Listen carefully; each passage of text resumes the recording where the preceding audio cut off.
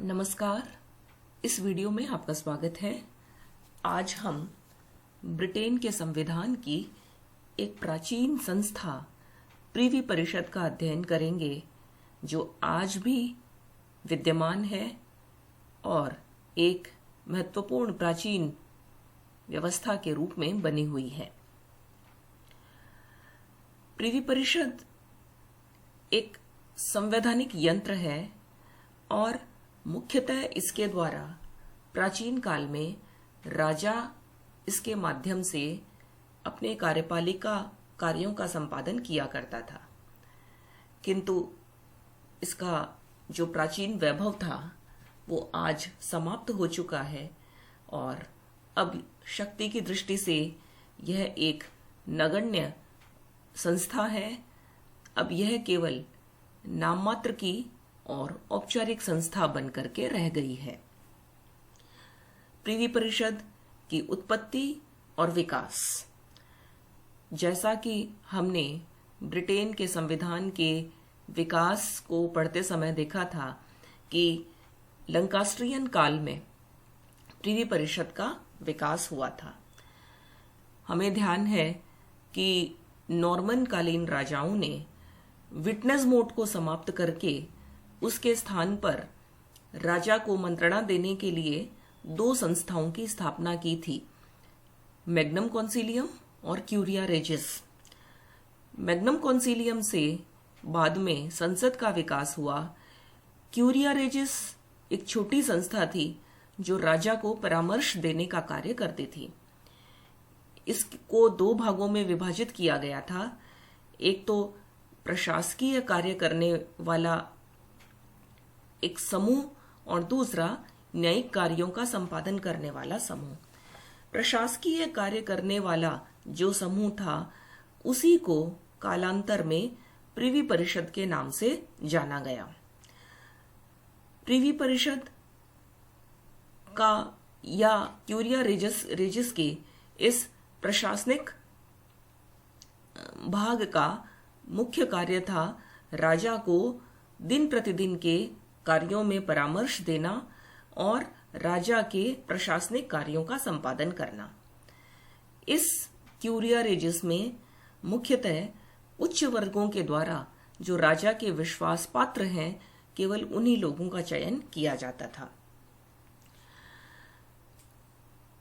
यह क्यूरिया रेजिस जो संस्था है, लंकास्ट्रियन काल में इसका नाम बदल करके प्रिवी परिषद कर दिया गया और एक समय ऐसा आया जब प्रिवी परिषद ही राजा की प्रमुख चाटुकारों की संस्था भी बन गई थी और राजा की प्रमुख परामर्शदात्री संगठन बन गई थी। आज जो स्थिति मंत्रिमंडल की है, आज जो कार्य मंत्रिमंडल करता है, एक समय ऐसा था और ट्यूडर काल में मुख्यतः राजाओं की निरंकुशता की शक्तिशाली माध्यम प्रिवी परिषद बन गई थी। ट्यूडरकालीन राजाओं ने इतना धन इकट्ठा कर लिया था कि उन्हें संसद को आहूत करने की आवश्यकता नहीं पड़ी, इसलिए वे केवल प्रिवी परिषद की मंत्रणा पर ही निर्भर रहे और प्रिवी परिषद मुख्यतः राजाओं के विश्वासपात्र लोगों की समिति थी। तो इस प्रकार राजा प्रिवी परिषद की ही मंत्रणा पर निर्भर करता था। कालांतर में इसके आकार का अत्यधिक विस्तार होता चला गया और राजा ने अपनी लोकप्रियता को बढ़ाने के उद्देश्य से प्रिवी परिषद में अधिकाधिक लोगों को सम्मिलित करना शुरू कर दिया। इसका परिणाम यह हुआ कि अब राजा के द्वारा पूरी प्रिवी परिषद से परामर्श लेना संभव नहीं रहा। चार्ल्स द्वितीय से पूर्व जब ब्रिटेन में गृह युद्ध हुआ और इस गृह युद्ध के परिणाम स्वरूप जब चार्ल्स प्रथम को मृत्युदंड दे दिया गया था, उसके परिणाम स्वरूप ब्रिटेन में गणतंत्र स्थापित हो गया और इस गणतंत्र की स्थापना के साथ ही प्रिवी परिषद को भी समाप्त कर दिया गया था। किंतु जैसे ही 11 वर्ष के उस गणतंत्रीय प्रयोग की असफलता के पश्चात 1660 में चार्ल्स द्वितीय ने पुनः सत्ता संभाली और उसका राज्याभिषेक किया गया, तो चार्ल्स द्वितीय के आने के साथ ही पुनः प्रिवी परिषद को भी बहाल कर दिया गया।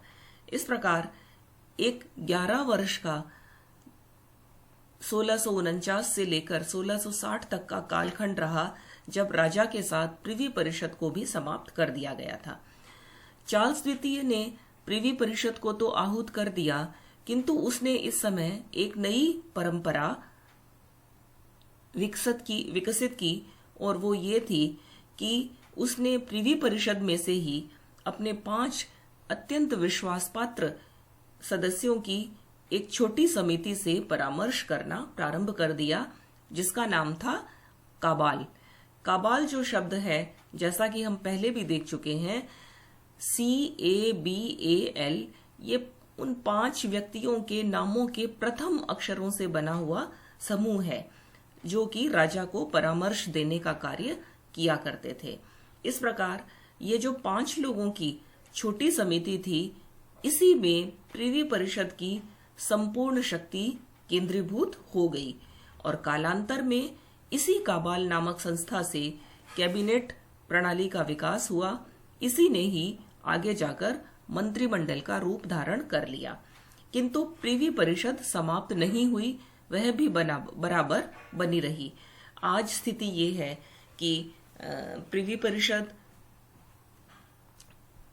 विद्यमान है, किंतु प्रिवी परिषद की जो शक्तियां हैं वो मंत्रिमंडल या कैबिनेट में हस्तांतरित हो गई हैं। प्रिवी परिषद के यदि संगठन की बात करें तो इसकी सदस्य संख्या बढ़ती रहती है। ऐसा कोई निश्चित नियम नहीं है कि जिसके अनुसार प्रिवी परिषद की सदस्य संख्या को निश्चित या सीमित किया जा सके। वर्तमान में इसकी सदस्य संख्या 320 है। प्रिवी परिषद की नियुक्ति राजा के द्वारा, जैसा कि अन्य कार्यों में भी होता है, प्रधानमंत्री के परामर्श पर की जाती है। प्रिवी परिषद में समस्त वर्तमान और भूतपूर्व मंत्री, सभी प्रधानमंत्री, राजा के विश्वासपात्र गणमान्य व्यक्ति, राज परिवार के प्रमुख सदस्य, वर्तमान में विरोधी दलों के संसद में विरोधी दलों के नेता, न्यायालय के सर्वोच्च न्यायालय के न्यायाधीश, लॉर्ड सभा के प्रतिष्ठित और महत्वपूर्ण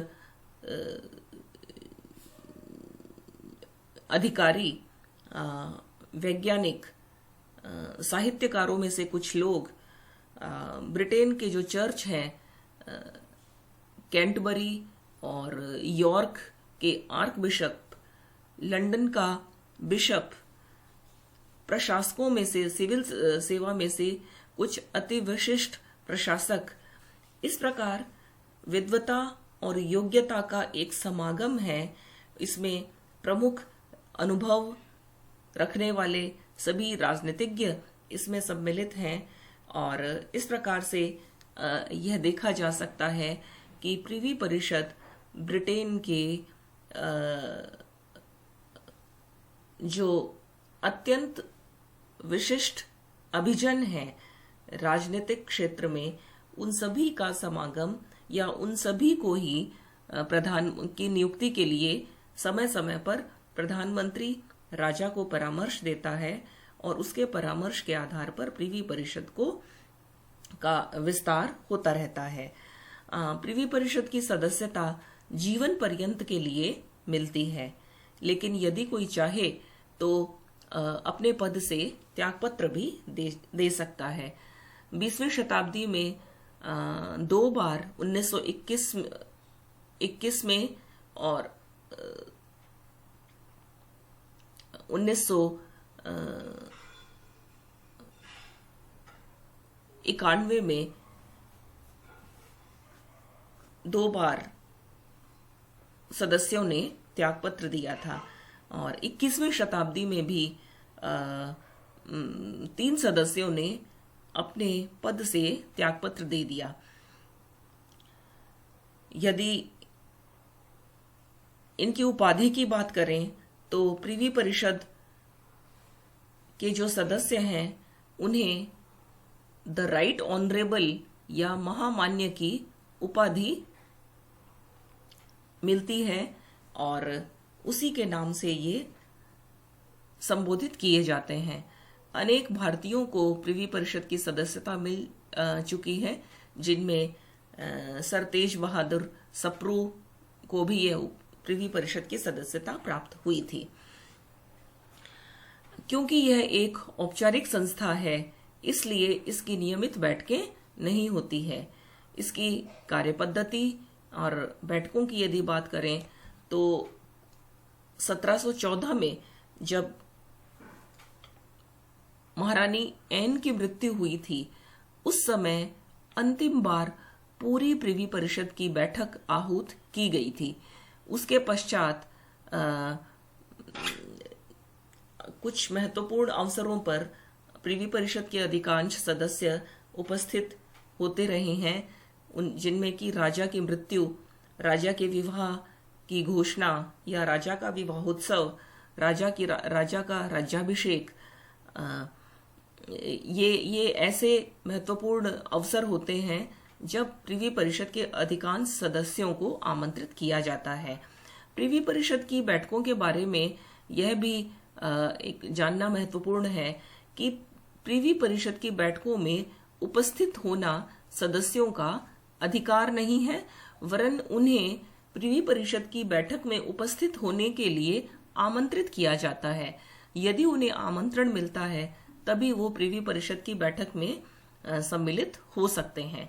इसकी जो गणपूर्ति है, अर्थात वो न्यूनतम सदस्य संख्या जिसमें कि कोई बैठक आहूत हो सकती है, उसे गणपूर्ति कहते हैं। और प्रिवी परिषद की गणपूर्ति मात्र 3 सदस्य हैं। और क्योंकि वर्तमान मंत्रिमंडल के सभी सदस्य और प्रधानमंत्री प्रिवी परिषद के सदस्य होते हैं, इसलिए सामान्यतः मंत्रिमंडल के सदस्यों की बैठकों को ही प्रिवी परिषद की बैठक का नाम भी दे दिया जाता है। प्रिवी परिषद के जो अध्यक्ष हैं वो लॉर्ड प्रेसिडेंट होते हैं और ये आवश्यक रूप से मंत्रिमंडल के सदस्य भी होते हैं। प्रिवी परिषद के कार्य और अधिकार मिश्रित प्रकृति के हैं और इसका जो मुख्य कार्य है वो मंत्रिमंडल के निर्णयों पर औपचारिक स्वीकृति प्रदान करना है। क्योंकि राजा मंत्रियों के परामर्श पर ही कार्य करता है और राजा को जो परामर्श दिया जाता है वो आदेशों के रूप में प्रिवी परिषद की मुहर के बाद ही औपचारिक स्वीकृति का स्थान लेता है। इसलिए यह कहा जा सकता है कि प्रिवी परिषद के निर्णय वास्तव में सत्तारूढ़ शासन की नीतियों को ही प्रकट करते हैं। सपरिषद आदेश, जो कि प्रिवी परिषद के मुहर के ही आदेश कहलाते हैं, जिनका की अध्ययन हम पिछले एक वीडियो में कर चुके हैं, उन सपरिषद आदेशों को राजा प्रिवी परिषद की मुहर के अंतर्गत ही प्रकाशित करता है। इस प्रकार से समस्त कार्यपालिका जो आदेश हैं वो मुख्यतः प्रिवी परिषद की मुहर के साथ ही